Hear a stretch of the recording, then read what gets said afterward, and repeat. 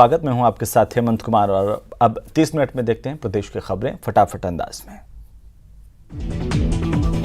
दौसा जिले के बांदीकुई के जसापाड़ा गांव में 200 फीट गहरे बोरवेल में एक मासूम बच्ची गिर गई। ये बच्ची खेलते खेलते बोरवेल में गिरी। इसे बचाने की कोशिशें लगातार जारी है। जैसलमेर में एक दलित युवक पर जानलेवा हमला करने का मामला सामने आया। दलित युवक का यह आरोप है कि एक दुकान के बाहर रखी मटकी से पानी पीने पर उसे पीटा गया। हमले में युवक बुरी तरह से घायल हुआ है। सीकर में पुलिस ने नशा तस्करों के खिलाफ बड़ी कार्रवाई की। पुलिस ने 2 मादक पदार्थ तस्करों को गिरफ्तार किया। उनके कब्जे से ब्राउन शुगर जब्त किए। बीकानेर के पीबीएम अस्पताल में चोरों ने आतंक मचा रखा। मरीजों के मोबाइल पर्स आदि चोरी की घटना सीसीटीवी में कैद हुई है। 3 दिन पुरानी घटना का सीसीटीवी फुटेज सामने आया, जिसमें ट्रॉमा सेंटर में एक चोर घुसा और मोबाइल चुरा करके फरार हो गया। जैसलमेर में स्कूल के बाहर प्रदर्शन कर रहे छात्रों पर शिक्षक ने गाड़ी चढ़ा दी। इससे 9वीं कक्षा का छात्र घायल हुआ है। घटना के बाद ग्रामीणों में आक्रोश व्याप्त है। कोटा में शादी का झांसा देकर युवती से दहेज शोषण का मामला सामने आया। एक मुस्लिम युवक ने पढ़ी लिखी हिंदू लड़की से अपना धर्म छिपाकर दोस्ती की, फिर एक ही समाज की बताकर के शादी का झांसा दिया, उसे शारीरिक संबंध बनाया। 2 साल बाद लड़की को युवक के मुस्लिम होने और 2 बच्चों का पिता होने का पता लगा। उसने युवक से बातचीत करना बंद कर दिया, लेकिन मुस्लिम युवक ने अश्लील वीडियो वायरल करने की धमकी देकर फिर से उसका दहेज शोषण करना शुरू कर दिया। शिकायत देने के बाद से युवक के परिजन रिपोर्ट वापस लेने का दबाव बना रहे हैं। युवती को मारने की धमकियां मिल रही है। युवती ने हेल्पलाइन नंबर बजरंग दल के कॉल करके हिंदू संगठनों से मदद की गुहार लगाई। कोटा में खस्ताहाल सड़कों की खबर न्यूज 18 राजस्थान ने प्रमुखता से दिखाई। इसका असर दिखने को मिल रहा है और अब जिला प्रशासन और नगर विकास न्यास हरकत में आ गए। खुद नगरीय विकास मंत्री ने आदेश दे दिए हैं कि शहर की सभी सड़कें दुरुस्त करवाई जाएं। टोंक के डिग्गी में 4 ग्रामीण पानी की टंकी पर चढ़ गए। दरअसल 300 बीघा करीब चारागाह की भूमि पर अतिक्रमण हटाने के आदेश हाईकोर्ट ने भी दिए हैं, लेकिन इसके बावजूद अतिक्रमण नहीं हटाए जा रहे। इससे ग्रामीण नाराज हैं। डूंगरपुर जिले के रामसोर गांव में बदमाशों ने घर में सो रहे पति पत्नी पर धारदार हथियार से वार कर उन्हें मौत के घाट उतार दिया। इस घटना में पूरे इलाके में हड़कंप मच गया है। बांसवाड़ा की मधुबन कॉलोनी में चोरों ने एक मकान में चोरी की वारदात को अंजाम दिया। चोरों ने मकान से 6 लाख के जेवरात और 5,000 रुपए की नकदी चोरी की। श्रीगंगानगर की सदर थाना पुलिस ने मुखबिर की सूचना पर सूरतगढ़ रोड पर एक घर में दबिश देकर ताश के पत्तों पर दांव लगाते 15 जुआरियों को धर दबोचा। पुलिस ने जुआरियों के कब्जे से 1,65,000 रुपए की नकदी और ताश की पत्तियां जब्त की। चाकसू में पुलिस ने कार्रवाई करते हुए डकैती के मामले में फरार चल रहे आरोपी को गिरफ्तार किया। आरोपी डकैती के मामले में पिछले 25 सालों से फरार चल रहा था। हनुमानगढ़ के डिब्बी कस्बे में लंपी की रोकथाम के लिए ठोस कदम उठाने की मांग को लेकर गो रक्षा सेवा समिति के कार्यकर्ताओं ने कस्बे में आज बंद रखा, नारेबाजी की। श्रीगंगानगर के हुनतपुरा गांव की सरकारी स्कूल की तालाबंदी आज लगातार तीसरे दिन भी जारी है। ग्रामीणों का क्रमिक अनशन भी लगातार जारी है। ग्रामीणों की ओर से पिछले 3 दिन से स्कूल की तालाबंदी कर स्कूल में पिछले महीने हुई चोरी का खुलासा करने की मांग की जा रही है। वहीं स्थानीय प्रशासन और शिक्षा विभाग के साथ साथ पुलिस विभाग ने ग्रामीणों से समझाइश की कोशिश की। करौली में रणगमा तालाब में एक अज्ञात युवती का शव मिलने से सनसनी फैल गई। सूचना पर पहुंची पुलिस ने मृतक युवती का शव अस्पताल की मोर्चरी में रखवाया और पुलिस की जांच जारी है।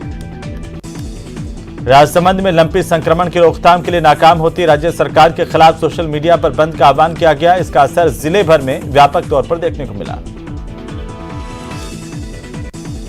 तो लंपी वायरस से बचाव के लिए पशुओं को इलाज नहीं मिलने के विरोध में 12 शहर में भी लोगों की ओर से सोशल मीडिया पर 12 बंद का आह्वान किया गया था, लेकिन दोपहर होते होते 12 बंद पूरी तरह से बेअसर दिखाई दिया।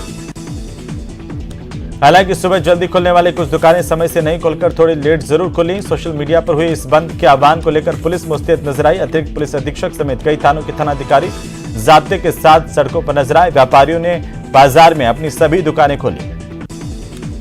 टोंक जिले के मालपुरा एसडीएम कोर्ट के आदेश के बाद बीजेपी के 6 नेताओं को जेल भेज दिया गया, जिनमें नगरपालिका अध्यक्ष का पति, पूर्व पालिका अध्यक्ष समेत 3 पार्षद और पूर्व बीजेपी मंडल अध्यक्ष भी शामिल हैं। प्रदेश भर में इस बार मानसून की अच्छी बारिश हुई है। बीकानेर में भी सीमावर्ती इलाके खाजवाला में अच्छी बारिश के चलते मूंग की पैदावार इस बार अच्छी होने की उम्मीद है। इससे किसानों के चेहरे खिले हुए हैं और क्षेत्र में मूंग की बिजाई भी पिछले साल की तुलना में दोगुनी हुई है। लेकिन किसानों को अब चिंता है तो अब फसल के अच्छे दाम मिलने की। ऐसे में किसानों की ओर से क्षेत्र में समर्थन मूल्य पर मूंग की खरीद केंद्र शुरू करने की मांग जोर पकड़ने लगी है। कोटा के किशनपुरा तकिया गांव में करीब 3 सप्ताह पहले मंदिर के पुजारी के घर पर हुए हमले की वारदात मामले में परिजनों ने प्रदर्शन किया है। परिजनों ने वैष्णव समाज के लोगों के साथ जिला कलेक्ट्रेट के बाहर नारेबाजी की और इस पूरे मामले में निष्पक्ष जांच की मांग की। पीड़ित लवकुश बैरागी और उनके परिजनों का आरोप है कि लाठियां लेकर के बदमाशों ने बेखौफ होकर उनके घर पर हमला किया, जिसमें छोटे बच्चों को भी चोटें आई थी। जल्द से जल्द मामले में कार्रवाई की जाए। प्रदेश में गायों में लगातार बढ़ रहे लंपी को लेकर कुछ दिन से सोशल मीडिया पर 15 सितंबर को राजस्थान बंद का आह्वान किया जा रहा था। इसी को लेकर के सीकर में कुछ युवा बाजार बंद करवाने के लिए निकल पड़े। हालांकि पुलिस भी युवाओं के पीछे पीछे बाजार में पहुंची और कहा कि किसी भी व्यापारी के साथ जबरदस्ती नहीं करने दी जाएगी। अगर कोई व्यापारी स्वेच्छा से अपने प्रतिष्ठान बंद करता है तो वो कर सकता है। कोटा में परिजनों की ओर से परिचित युवक से बात करने से टोकने पर एक नाबालिग ने चंबल में छलांग लगा दी। मौके पर मौजूद युवक को स्थानीय लोगों ने तत्परता दिखाते हुए इस बच्ची को सुरक्षित बाहर निकाल लिया। पुलिस ने बालिका को दस्तयाब कर बाल कल्याण समिति के सामने पेश किया। टोंक के मालपुरा में ग्रामीण ओलंपिक खेलों में हंगामा हुआ। सीनियर सेकेंडरी स्कूल के मैदान में इंदौली और आवड़ा के बीच कबड्डी का मैच के दौरान विवाद हो गया। बीकानेर के श्री डोंगरगढ़ थाना इलाके के तोलियासर गांव के पास 9 सितंबर की रात को चाकू मारकर युवक सांवरमल सुथार की हत्या के मामले में पुलिस ने मुख्य आरोपी मनोज जाट को पंजाब बॉर्डर के पास संगरिया से गिरफ्तार किया है। बारां जिले के सदर थाना इलाके के सीमली गांव में तालाब में नहाने गए 2 बच्चों की डूबने से मौत हो गई और तालाब में डूबे दोनों बच्चों के शवों को बाहर निकाल लिया गया। दोनों मृतक मासूम बच्चे आपस में चचेरे भाई बताए जा रहे हैं। पूरे परिवार और गांव में भी मातम का माहौल है। बारां जिले में बुधवार को दिन भर बारिश का दौर चलता रहा। कहीं तेज तो कहीं हल्की बारिश हुई। सबसे ज्यादा बारिश शाहबाद के इलाके में दर्ज की गई। यहां पर 3 इंच तक बरसात देखने को मिली। बारिश के चलते इलाके की सिरसा नदी समेत बरसाती नाले उफान पर हैं। शहर में भी सुबह से हल्की बारिश का दौर जारी रहा। बुधवार को दिन और रात के तापमान में केवल 4 डिग्री का ही अंतर रहा। कोटा में गुमानपुरा थाने की डबल लॉक अलमारी में रखे पुलिस अधिकारी के 11 लाख रुपए की जेवरात और नकदी चोरी की वारदात एक रहस्य बनी हुई है और घटना के इतने दिन बीत जाने के बावजूद भी इस पूरे मामले में पुलिस के हाथ अभी खाली हैं। थाना परिसर से हुई चोरी के मामले में रिपोर्ट दर्ज होने के 15 दिन बाद भी फिलहाल कोई सुराग हाथ नहीं लग पाया। इतने दिन बाद भी आरोपियों के बारे में कोई सुराग हाथ नहीं लगने पर पुलिस की अपराध नियंत्रण के दांव पर कई बड़े सवाल खड़े हो रहे हैं।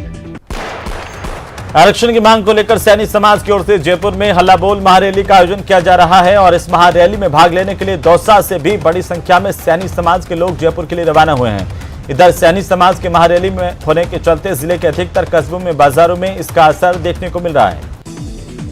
जैसलमेर में एनएसजी के जवानों की मॉक ड्रिल के दौरान एक सम रोड स्थित होटल में आतंकवादियों के घुसने और छिपे होने धमाके की खबर सामने आई।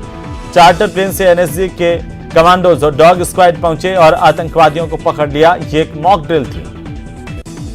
चूरू में 6 साल के प्यार के बाद एक प्रेमी युगल ने लव मैरिज तो कर ली, मगर जब इस बात की भनक उन दोनों के परिजनों को लगी तो लड़के पक्ष के लोगों ने दोनों को जान से मारने की धमकी दी है। अब प्रेमी युगल ने एसपी ऑफिस पहुंच करके एसपी से अपनी सुरक्षा की गुहार लगाई है। इस दौरान युवती ने बताया कि दोनों करीब 6-7 साल से एक दूसरे से प्यार करते हैं, लेकिन उन्होंने परिजनों को काफी बार बताने के बावजूद भी उससे शादी से इनकार कर दिया। परिजन इस बात पर सहमत नहीं हुए। इसके चलते परिजनों ने युवती से कई बार मारपीट भी की। राजस्थान सरकार के कैबिनेट मंत्री शालिम मोहम्मद ने ग्रामीण इलाके में खेलों के महाकुंभ की सौगात देने पर सूबे के मुख्यमंत्री अशोक गहलोत का आभार प्रकट करते हुए जमकर तारीफ की है।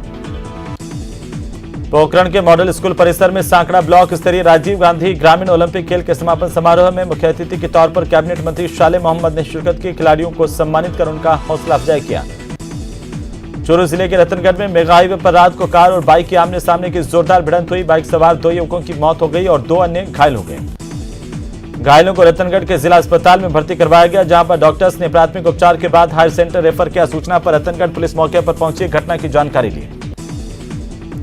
राजसमंद जिले के देलवाड़ा कस्बे में राजीव गांधी ग्रामीण ओलंपिक खेलकूद प्रतियोगिता में वॉकओवर से नाराज उपली ओडन के खिलाड़ियों ने मैदान के बाहर बुधवार को टी शर्ट जला करके प्रदर्शन किया। एआईएमआईएम के अध्यक्ष असदुद्दीन ओवैसी ने राजस्थान में आगामी विधानसभा चुनाव के लिए शेखावाटी के रास्ते से एंट्री की है। बुधवार की रात सीकर जिले के फतेहपुर कस्बे में जनसभा को संबोधित किया गया। ओवैसी ने कहा कि उनकी पार्टी राजस्थान में तीसरा विकल्प बनकर के उभरेगी। प्रदेश में गौवंश में बढ़ती लंपी बीमारी को लेकर गौरक्षकों की अपील पर पोखरण का बाजार बंद रहा। राज्य सरकार की ओर से लंपी बीमारी को लेकर बेहतर उपचार नहीं करने का आरोप लगाते हुए इन युवकों ने सोशल मीडिया पर बाजार बंद का आह्वान किया था। लंपी वायरस से संक्रमित गायों को बचाने के लिए वार्ड संख्या 51 में क्वारंटीन सेंटर बनाया गया। यहां पर जनप्रतिनिधि अपने अपने स्तर पर गायों की देखभाल कर रहे हैं।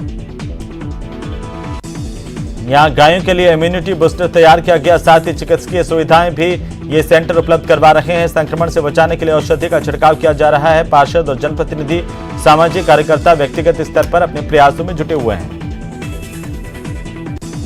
राजसमंद जिले में निजी बाल वाहिनी सरकारी नियमों को नजरअंदाज करती नजर आ रही है। कांकरौली के निजी स्कूल की बसों में बच्चे चलती बस के गेट पर खड़े दिखाई दिए हैं। प्राइवेट स्कूल बसों में ना तो कोई जिम्मेदार टीचर या कंडक्टर है, ऐसे में बड़ी दुर्घटना होने की संभावना है। वहीं ऑटो के पीछे भी बच्चे बैठे हुए नजर आते हैं, जो हादसों को न्योता देते हुए दिखाई देते हैं। सीकर में पिछले 1 महीने से मानसून की बेरुखी की वजह से किसानों की फसलें बर्बाद हो चुकी है। जिले के ज्यादातर इलाकों में जुलाई के महीने के बाद से अब तक अच्छी बारिश नहीं हुई है। माना जा रहा है कि अब तक 20 से 25% फसलों को नुकसान हो गया है, यानी कि लगभग 150 करोड़ का नुकसान किसानों को होगा। डूंगरपुर जिले की चीतरी थाना पुलिस ने रात में वाहनों पर पथराव करने और शराब के लिए पैसे मांगने के मामले में 2 आरोपियों को गिरफ्तार कर लिया है। सादुलपुर तहसील के कांजन गांव में बीती रात को बिजली मीटर के विवाद को लेकर 2 पक्ष आपस में भिड़ गए। इसका वीडियो सोशल मीडिया पर जमकर वायरल हो रहा है। वहीं 6 लोग दूसरे पक्ष के घायल हुए हैं। एक युवक समेत 7 लोगों के घायल होने की खबर है। बीजेपी प्रदेश अध्यक्ष सतीश पूनिया ने प्रदेश की सरकार पर किसानों को धोखा देकर सत्ता हथियाने के आरोप लगाते हुए कहा कि किसान कर्जमाफी के नाम पर कांग्रेस ने किसानों को गुमराह किया और इसके चलते किसानों को आत्महत्या तक करनी पड़ती है।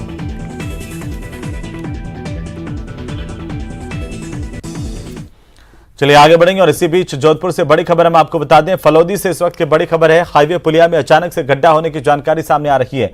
फलौदी से गुजरने वाला नेशनल हाईवे 11 पर यह गड्ढा हुआ है, जिससे वाहन चालकों को परेशानी का सामना करना पड़ रहा है। आदर्श नगर स्थित रेलवे लाइन के ऊपर से गुजरने वाले पुलिया में गड्ढा बन गया है और अब वाहन चालकों की परेशानी बढ़ती हुई दिखाई दे रही है। पुल पर बनी सड़क के बीच में 1 फीट का बड़ा गड्ढा हुआ है। मौके पर पहुंची फलौदी पुलिस और स्टेट हाईवे पेट्रोलिंग की टीम ने यातायात को यहां से डाइवर्ट कर दिया है। ये तस्वीरें आपकी टीवी स्क्रीन पर सबसे पहले सबसे तेज न्यूज 18 राजस्थान पर पुलिया के बीच में गड्ढा हुआ है। रेलवे लाइन के ऊपर से गुजरने वाली पुलिया के बीचों बीच ये 1 फीट करीब बड़ा गड्ढा हुआ है। ज्यादा जानकारी के साथ सहयोगी चंद्रशेखर व्यास जोधपुर से फोन लाइन पर जुड़ चुके हैं। चंद्रशेखर, क्या जानकारी है इस गड्ढे को लेकर के? देखिए हेमंत, ये मामला जो है फलौदी क्षेत्र का है, जहां फलौदी क्षेत्र से गुजरने वाले नेशनल हाईवे 11 का में आदर्श नगर स्थित रेलवे लाइन के ऊपर से जो पुलिया गुजरता है, उसमें अचानक 1 फीट का गड्ढा हो गया और उसका मलबा भरभराकर जो है नीचे जमीन पर गिर गया। जब सूचना मिली तो मौके पर जो स्टेट हाईवे पेट्रोलिंग टीम और फलौदी पुलिस मौके पर पहुंची है और जो रास्ते को डाइवर्ट करके जो पुलिया में जो है एक तरफा जो यातायात की व्यवस्था की गई है और वहां पे जो है व्यवस्था को संभाला गया और साथ ही जो है उसको दुरुस्त करने के जो है कार्य को आरंभ किया गया। जी बिल्कुल। अब क्या कुछ एहतियातन कदम उठाए गए हैं? यहाँ पर यातायात तो डाइवर्ट किया गया है, लेकिन आखिर यह भी एक अपने आप में सवाल है कि इस पुलिया के बीचों बीच गड्ढा कैसे हुआ? क्या किसी तरह की अनियमितता बनाते वक्त बरती गई? देखिए, निश्चित तौर पर कहीं ना कहीं जो है लेकुना जो है उसके निर्माण के दौरान रहा है, जिसका परिणाम ये सामने आया है कि अचानक से जो गड्ढा हो गया। गनीमत रही, कोई बड़ा हादसा नहीं हुआ, कोई ऐसी दुर्घटनाकारी नहीं हुई जिसमें जानमाल की हानि हो और समय रहते जो इस बात की जानकारी मिल गई और व्यवस्था जो है अभी फिलहाल संभाल ली गई है। जी बिल्कुल चंद्रशेखर, चलिए बहुत शुक्रिया तमाम जानकारी के लिए। और ये सड़क के बीच में गड्ढा हुआ है, पुलिया पर गड्ढा होने से यातायात को अब बंद कर दिया गया है। इसे ठीक कराने की कवायद जारी है। और अब बात जैसलमेर की, जहां पर एनएसजी के कमांडोज की मॉक ड्रिल के दौरान एक सम रोड स्थित होटल में आतंकवादियों के घुसने और फिर धमाके होने की खबर दी गई। चार्टर प्लेन से एनएसजी के कमांडोज और डॉग स्क्वाड मौके पर पहुंचे, आतंकियों को डर दबोचा। हालांकि फायर ब्रिगेड और एम्बुलेंस के साथ गाड़ियों की आवाजाही से लोगों में डर का माहौल पैदा हो गया, लेकिन मॉक ड्रिल से का पता चलने पर लोगों ने राहत की सांस ली। जैसलमेर शहर के सम रोड स्थित एक निजी होटल में आतंकवादी घुस गए। एकाएक धमाकों की आवाज सुनाई दी, जिसके कुछ ही देर बाद एनएसजी के जाबाज कमांडो वहां पहुंचे और स्थिति को देखते हुए अंदर ड्रिल किया और सभी आतंकवादियों को पकड़ ले गए। ये सारा नजारा एनएसजी के एक मॉक ड्रिल के दौरान देखने को मिला। जैसलमेर में यह पहला मौका था जब एनएसजी का मॉक ड्रिल किया गया और देर रात उन आतंकवादियों को पकड़ लिया गया। श्रीकांत व्यास, न्यूज़ 18, जैसलमेर। तो वहीं बारां में बुधवार को दिन भर बारिश का दौर चलता रहा। कहीं तेज तो कहीं हल्की बारिश हुई और सबसे ज्यादा बारिश शाहबाद के इलाके में रिकॉर्ड की गई है। बारिश के चलते सिरसा नदी समेत बरसाती नाले उफान पर हैं। शहर में भी सुबह से हल्की बारिश का दौर रहा। दिन और रात के तापमान में कुल 4 डिग्री का ही अंतर रहा। अधिकतम तापमान 29 डिग्री सेल्सियस और न्यूनतम तापमान 25 डिग्री सेल्सियस दर्ज किया गया।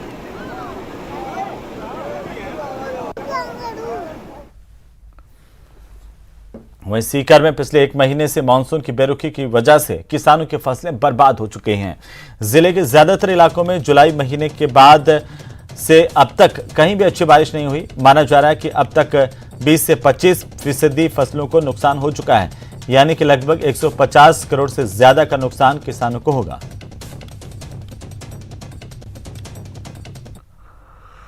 जी हमारी फसल देखो, किसाना की बारिश नहीं हो रही है तो थोड़ो बड़ो ध्यान करना चाहिए सरकार ने। हमारे पल्ले क्यों भी को नहीं है, सरकार ध्यान करे।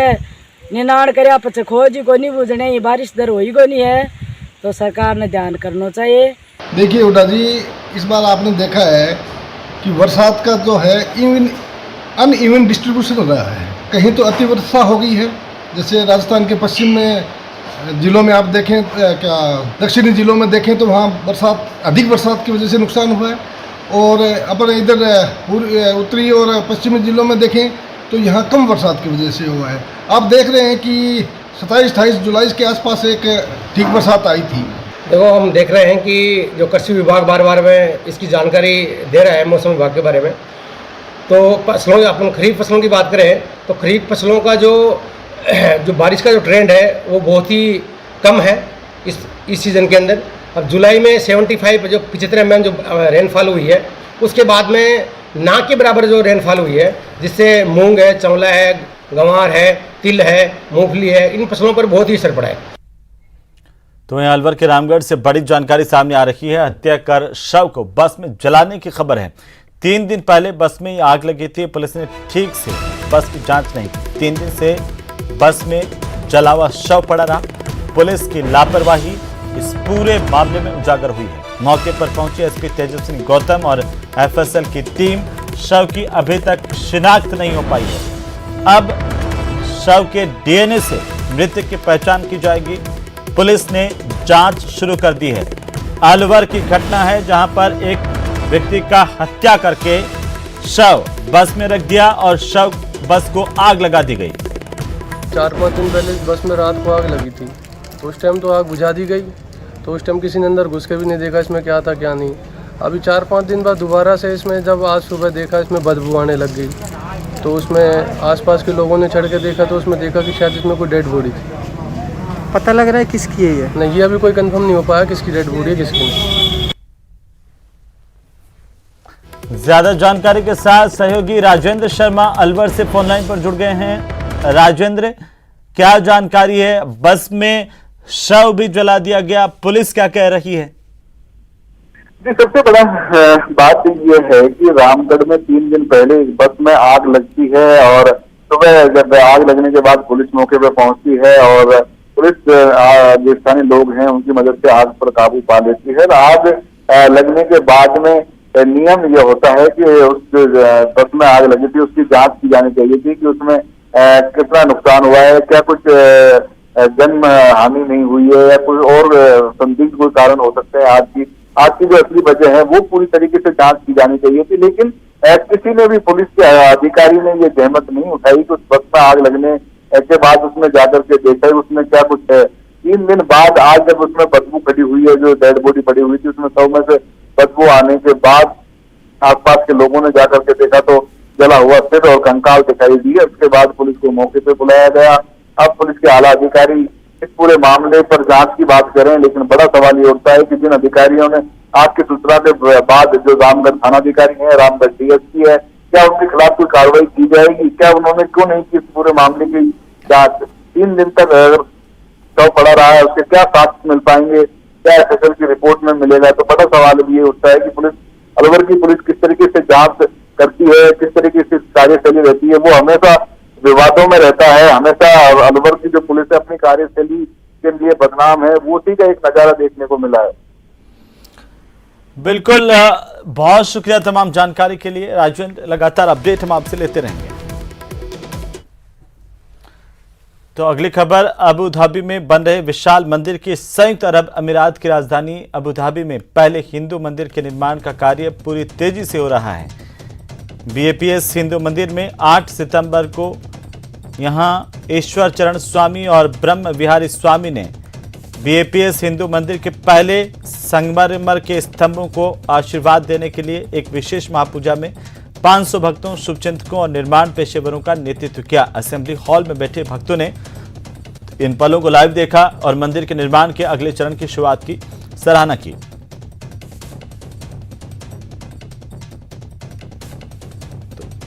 यूएई में पहला हिंदू मंदिर बन रहा है, जिसका काम जोर शोर से जारी है।